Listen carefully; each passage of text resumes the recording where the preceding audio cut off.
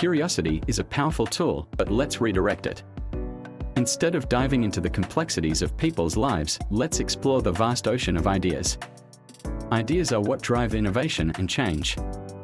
They challenge the status quo and inspire movements. When we focus on ideas, we unlock creativity and foster collaboration.